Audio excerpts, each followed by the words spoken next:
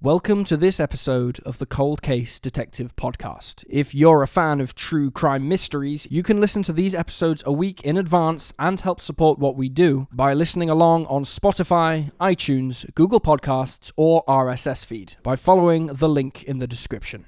In the meantime, remember to like and subscribe and enjoy the show. Thank you. Tara Calico, known to her family and friends as fiercely independent and outgoing, was open-minded, athletic, and passionate about her place within her own world.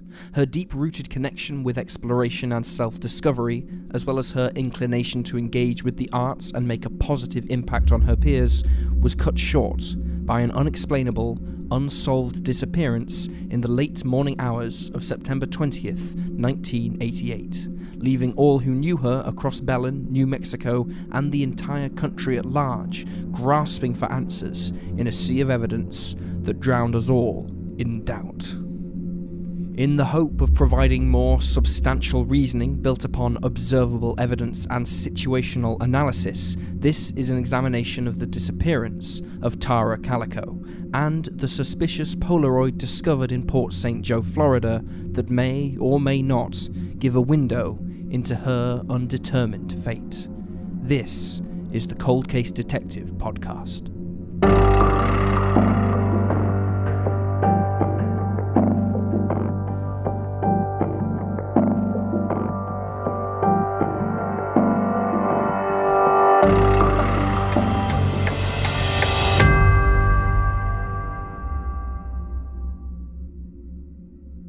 Tara Calico was born February 28, 1969, to parents David and Patty Calico in New Mexico, the land of enchantment in an ordinary world. Tara was an adventurous young girl and grew up exploring the great outdoors, joined by her siblings and friends around the area. During childhood, her mother and father divorced, and Tara remained with Patty, who remarried to John Dole and moved to Belen, another regular New Mexico suburb. Belen is the primary seat of Valencia County, New Mexico, taking its name from the Spanish translation of Bethlehem, the legendary biblical town. It's the transportation hub of the greater Valencia area, and primarily a Catholic and Christian demographic. When the Dole family moved to Belen, it seemed like the quintessential place to raise Tara and her siblings, Michelle and Chris. It was perfectly quaint, without a controversy or worry in the world. It's a place described as, quote, small town America, where everyone knows everyone, everyone looks after everyone, and no one is outside the realms of safety. Its main economic turnstile was ranching, and it offered many recreational possibilities across its welcoming landscape. This meant it was the perfect place for Tara to engage in her exploratory tendencies, free from the fear of sinister consequences. As Tara entered adolescence and young adulthood, she became a beloved member of her high school class by schoolmates and close friends alike. They described her as an athletic yet highly intelligent individual with an innate kindness not often seen from children her age. She was admired by her peers and revered by her teachers, who noticed her undying responsibility and knack for extreme organization, a trait that would be highlighted after her disappearance. A story told by Melinda Escobel, a friend of Tara's, described her as a friend to anyone. Melinda had joined the marching band in high school and, at the time, had no one else to confide in or hang out with in the band.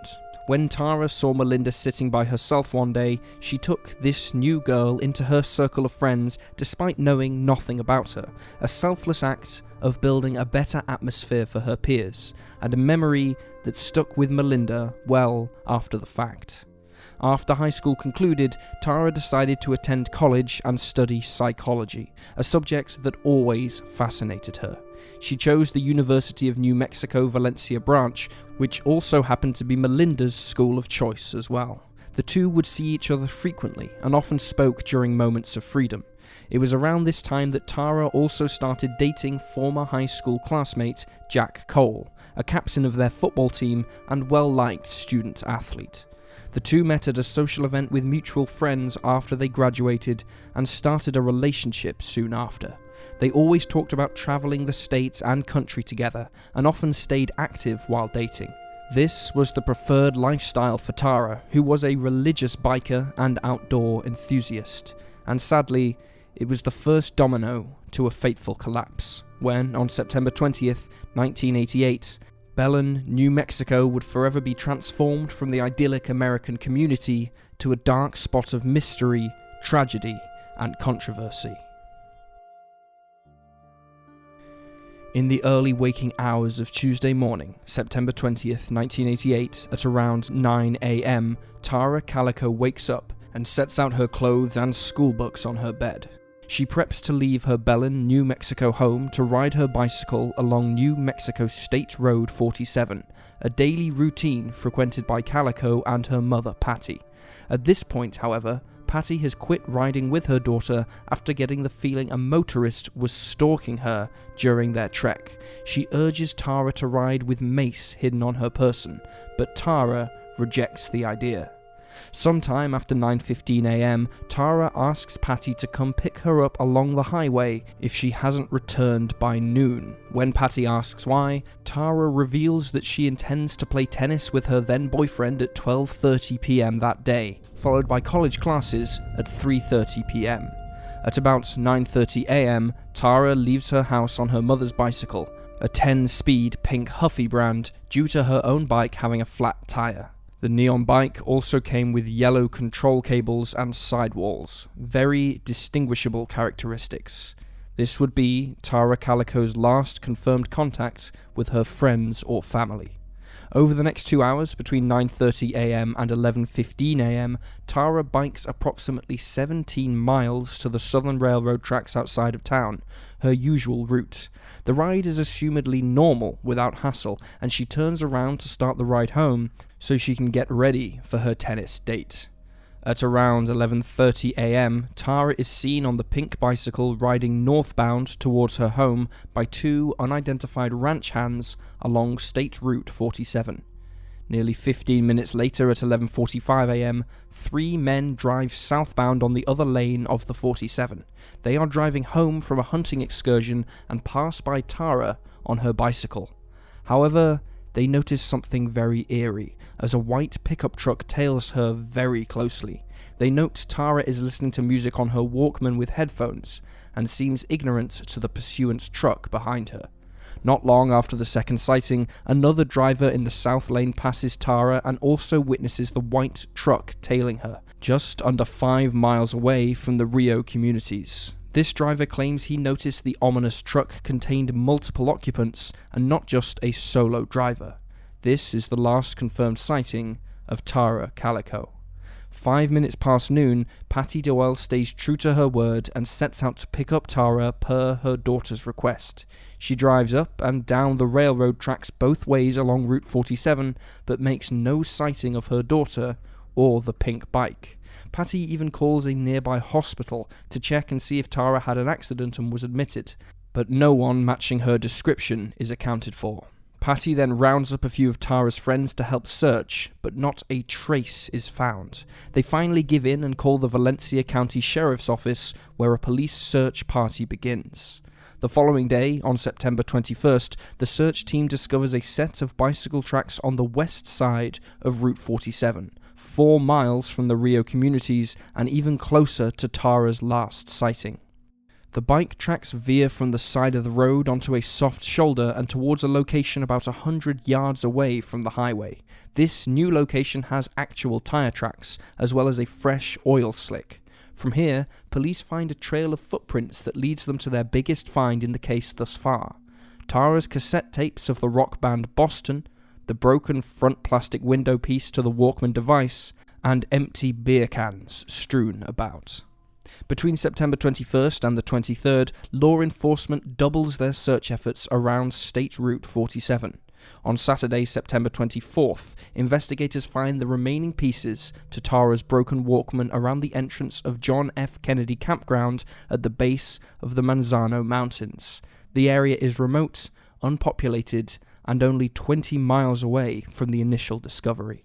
Throughout that same weekend, the Ventura County Sheriff's Office dispatches more than 300 air and land searchers to patrol the river and Manzo Mountains, but find nothing out of the ordinary and retreat on Tuesday, September 27th. In the following days and weeks, authorities seek out any and all witnesses to Tara's final bike ride on the 20th. They find 7 people who claim to have seen Tara, 5 of which also claim to have seen the white pickup truck following her. 4 of these individuals are even hypnotized in an attempt to pull more details, but nothing concrete is learned. Law enforcement also eliminates possible evidence such as a biking water bottle found in a nearby yard, a patch of uneven dirt alongside Route 47, a connection to the September 1985 disappearance of Deborah Lansdell, and 3 men who were found drinking beer in the back of a pickup truck soon after Tara's vanishing. Their alibis?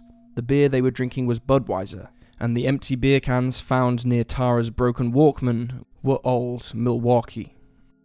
1 month later, on October 25th, lead investigator Sheriff Lawrence Romero tells the public their main suspects are believed to be 2 males based on the report that the white pickup truck was seen with 2 men inside. The driver is described as 35 to 45 years old, white with red hair, standing 5'9" to 6 foot and weighing 200 pounds, and most interestingly, with wrinkles between his eyes and temples. The truck itself is detailed as a white 1950s to 1960s Ford pickup model with a camper shell, chrome hubcaps, large tyres, and the Ford emblem spelled in smashed red glass letters. Its license plate starts with WBY or WBZ and ends in the number 6. Again, weeks go by, and hundreds of calls and hotline tips pour in regarding the suspect and the vehicle announcement made by police, leading to a few interviews, but no arrests are made, and the case begins to grow cold. On June 15th, 1989, an unnamed woman in Port St. Joe, Florida, comes to police with a Polaroid photograph she found in the parking lot of a convenience store. The picture displays a young female adult and a young boy duct-taped at the mouth and bound at the wrists, laying in the back of a van. This Polaroid is broadcast across the country, and relatives of Patty Dole call her to inform her that the girl in the disturbing photograph bears a striking resemblance to Tara. Patty flies to Florida to take a closer look and agrees that the woman in the shot looks like her daughter. Over the next year, 2 more photographs are submitted to authorities that show a young female bound and gagged in a similar fashion, but feature a different woman than the one in the original Port St. Joe photograph. While all 3 are believed to potentially involve Tara Calico, none have ever been confirmed to contain her image, and their status is left up to debate among government agencies and amateur sleuths alike. Decades pass, and Tara Calico's disappearance remains unsolved. Despite endless searches around New Mexico by countless investigators and private contractors, little evidence is ever uncovered surrounding the case. In September of 2008, 20 years after the fateful morning, the then sheriff of Ventura County, Rene Rivera, comes out with a statement alleging he knew who kidnapped and killed Tara. But without any incriminating evidence or bodies to exhume, the conclusion could only remain a theory.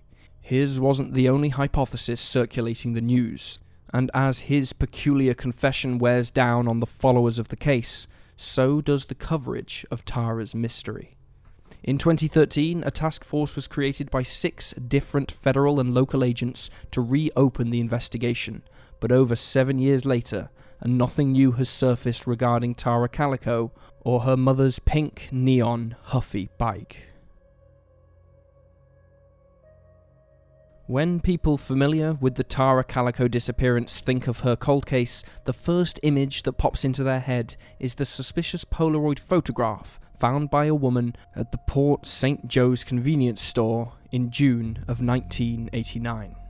As previously mentioned, the picture appears to show a young woman and a little boy held against their will, trapped in the back of a van without an identity or story. After the woman turned the Polaroid into the police, she mentioned that the parking spot where it had been found was actually occupied by a white Toyota van when she arrived at the store, leaving seconds before her return to the parking lot. The woman was able to catch a quick glimpse of the driver and stated he was middle-aged and mustached, probably in his late 30s. Immediately, the suspicions of the photo began to click. The white van could easily be the van that houses the bound woman and child from the image. Could this van be the source? Could the driver be the kidnapper? Or could this all be a prank? The woman, authorities, and local newscasters didn't think so. They started investigating right away and sent the Polaroid to A Current Affair, where it was nationally televised. Now here comes the connection to Tara Calico. Friends of the Doll family watched A Current Affair and felt that the Port St. Joe picture's female subject bore a striking resemblance to Tara. They telephoned Patty and John, who didn't hesitate to study the picture themselves. Patty slowly but surely came to understand that the lady in the photo was her daughter. The biggest clue? She stated Tara had been in a car accident as a girl and battled a leg injury that left her with a scar along her thigh, and pointed to a discoloured streak along the bound woman's thigh in the Polaroid. Not only that, but if one looks closer at the image, one can make out a book sitting next to the woman. The book in question was My Sweet Audrina by V.C. Andrews. Coincidentally, or maybe not, one of Tara Calico's favourite books by one of her favourite authors. Investigators on Tara's case agreed that there were enough similarities to warrant professional analysis, and multiple agencies took a closer look. However, out of 3 detailed inspections, the results were inconclusive. Scotland Yard said the bound woman was Tara, the Los Alamos National Laboratory said it wasn't Tara, and the FBI could not make an official conclusion. The naysayers had plenty of their own physical traits to emphasize. First and foremost, the bound woman's facial features didn't quite match Tara's. Their eyebrows are of distinctly different shapes, as well as their overall jawlines. That being said, we must consider the drastic changes in settings. The Polaroid could not have been taken any sooner than May of 1989, as that specific stock of film hadn't been produced and released until spring of that year. Thus, the photo must be depicting Tara at least 7 months after her disappearance and alleged kidnapping. A lot of physical change can happen in that time span, including weight loss that affects the jawline and a lack of hygiene and eyebrow maintenance. But perhaps more importantly, the Polaroid scenario would include months of being lodged in a tight space, months of anxiety, months of stress. Of course, there will be noticeable differences to studio-lit, makeup and styled portraits most used to compare Tara to the bound woman. These are arguments to both sides of the equation, but ultimately there is too little information in the Polaroid to make an affirmation regarding Tara. Of course, there is an entirely separate mystery in the Port St. Joe photograph as well. The little boy laying next to the bound woman deserves equal attention. When the Polaroid first made waves around Belen, New Mexico, and the state in general, many people wondered if the male subject was Michael Henley, a young boy who went missing 5 months before Tara in April of 1988. He, too, disappeared in New Mexico during a hunting trip with his father. He had wandered away from the campsite one day and vanished, with searching crews unable to find a shred of evidence. While he had no personal relationship with Tara or the Doll family, his physical characteristics also matched the bound boy, and relatives of the Henley family agreed it was probably him. How or why they'd be together was cloudy, but if a serial kidnapper was abound in New Mexico, it wasn't outside the realm of possibility that they'd been secluded together across the country. However, this theory went moot a year later, in June of 1990, when Michael's remains were found buried in the Zuni Mountains of New Mexico. A forensic analysis found that Michael had most likely died of exposure in the wilderness after wandering off from the campsite, which was 7 miles from the excavation zone. The campsite was also only 75 miles away from Tara's disappearance. But when Michael's fate was learned, the connection to Tara dissolved and the bound boy in the photograph remained unidentifiable. just another unexplainable story associated with the strangers in the mysterious Port St. Joe Polaroid. While the Polaroid controversy spawned thousands of theories on its own, none were weighed as more probable as the one that surfaced in 2008 by law enforcement themselves. After years of stale leads and a spiraling investigation, the then Valencia County Sheriff, Rene Rivera, said he actually knew what happened to Tara that September morning in 1988.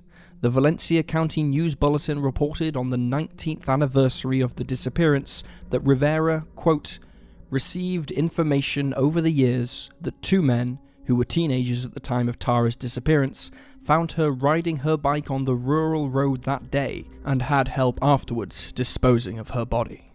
He continued, detailing his theory through a play-by-play of the morning itself, that the two men were taunting Tara in the back of a pickup truck, hit her bike, causing her to lose control and fall, kidnapped her, and then killed her when she threatened to contact authorities out of panic.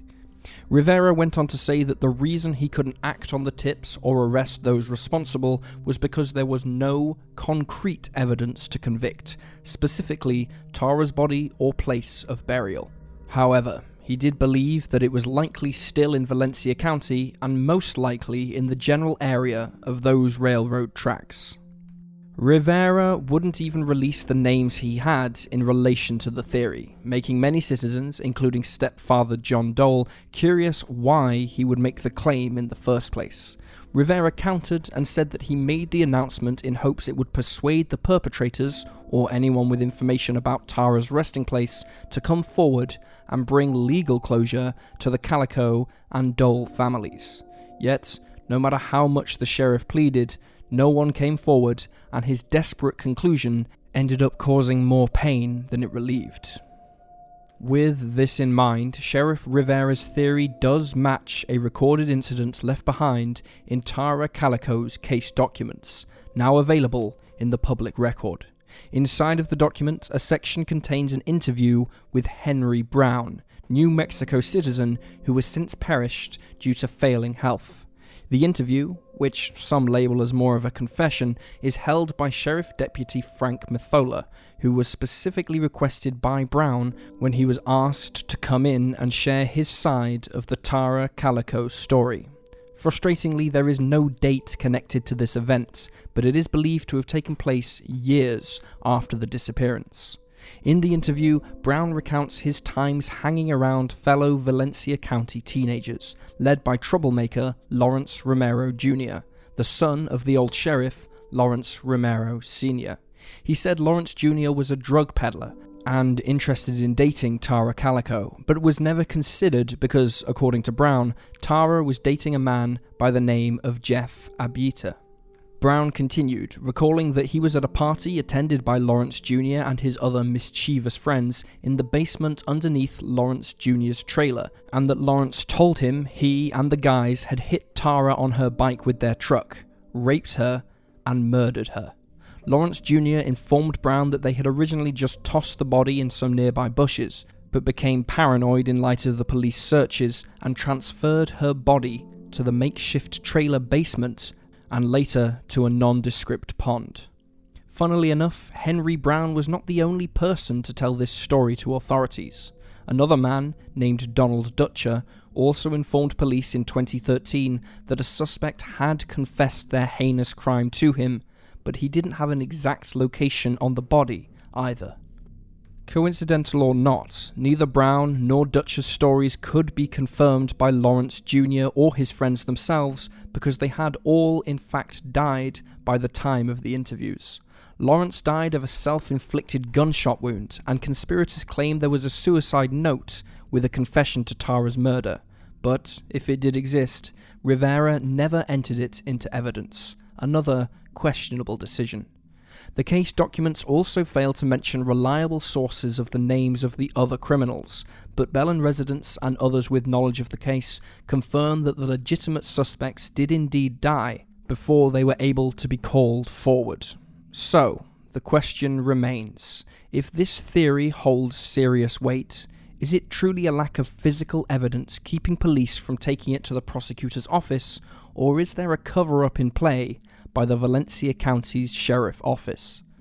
Obviously, the main suspect being the son of a former sheriff raises a major red flag, and the cloudiness of a written confession raises speculative suspicion, but it goes without saying the two separate interviews with the same story have to be considered legitimate.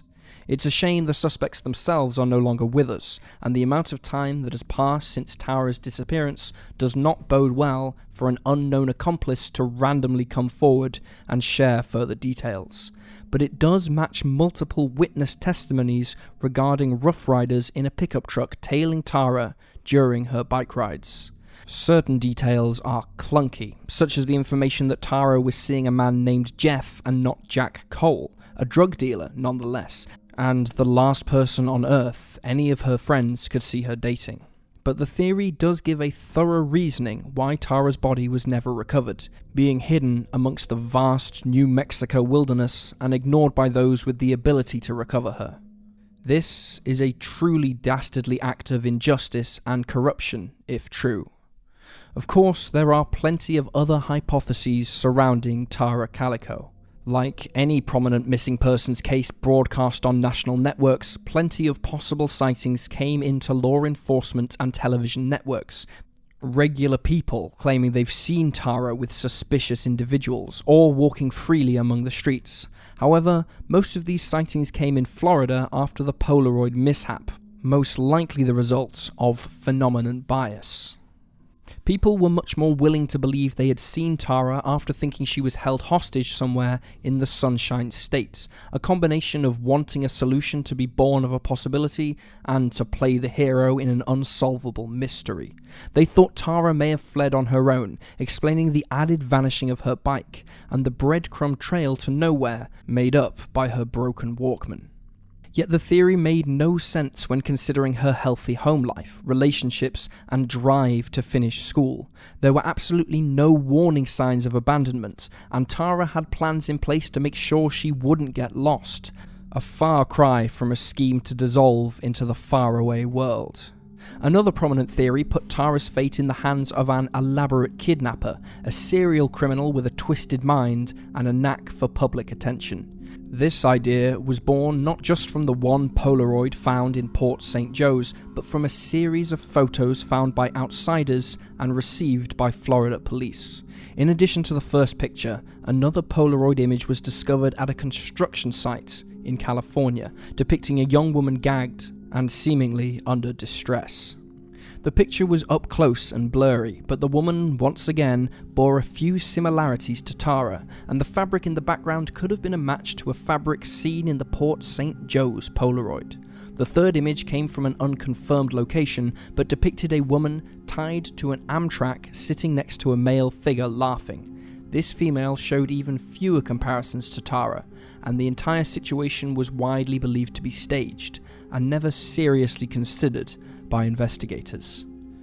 In a strange twist, 20 years after the Polaroids were found, another set of printed pictures entered the case. Chief David Barnes of Port St. Joe's Police Department received 2 envelopes, postmarked June 10th and August 10th, 2009, from Albuquerque, New Mexico. The first envelope contained a photograph of a brown-haired boy with a black Sharpie-drawn band of tape over his mouth. The second envelope contained the original, unaltered photo of the same boy. Then, 2 days later on August 12th, Port St. Joe newspaper The Star received a third envelope. Again postmarked August 10th in Albuquerque, it contained another photo of a boy with more black Sharpie drawn over his mouth.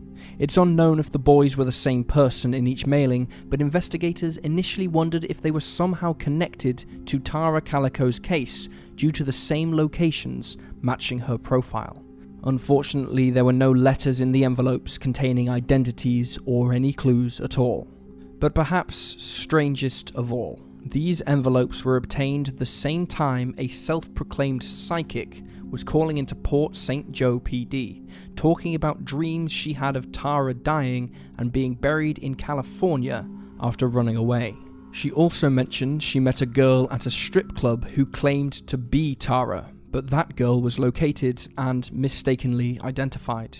Conspiracy theorists think that both incidents are connected, that either the psychic caller was also the person sending in the envelopes as a means to find attention, or the work of a serial kidnapper playing a Zodiac killer level prank on local authorities and news stations.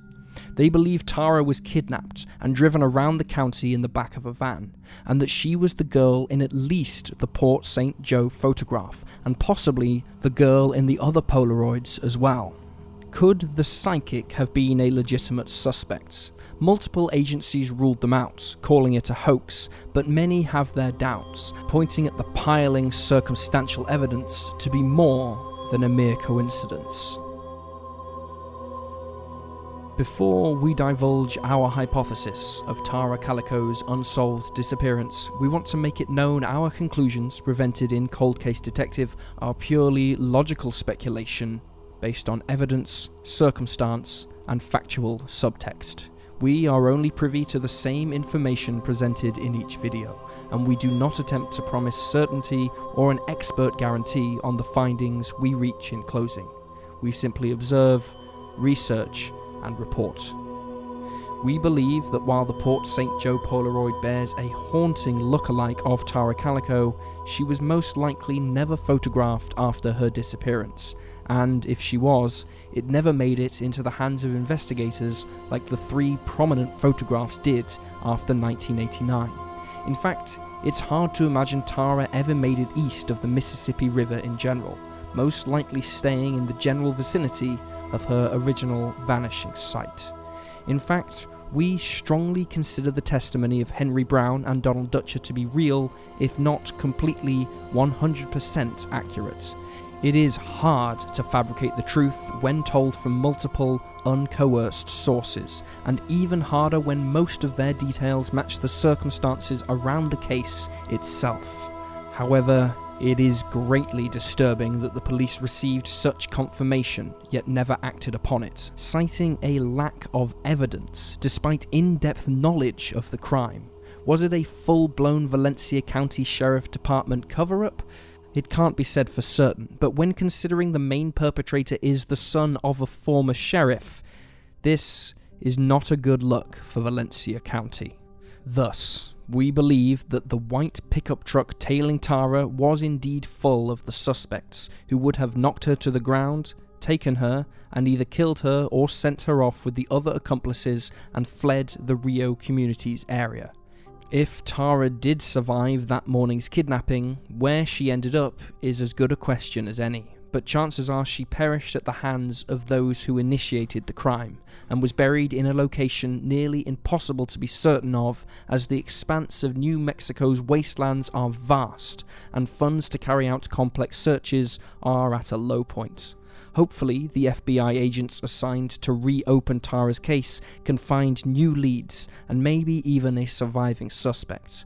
But until then, the cold binds the mystery with a harrowing lack of clarity.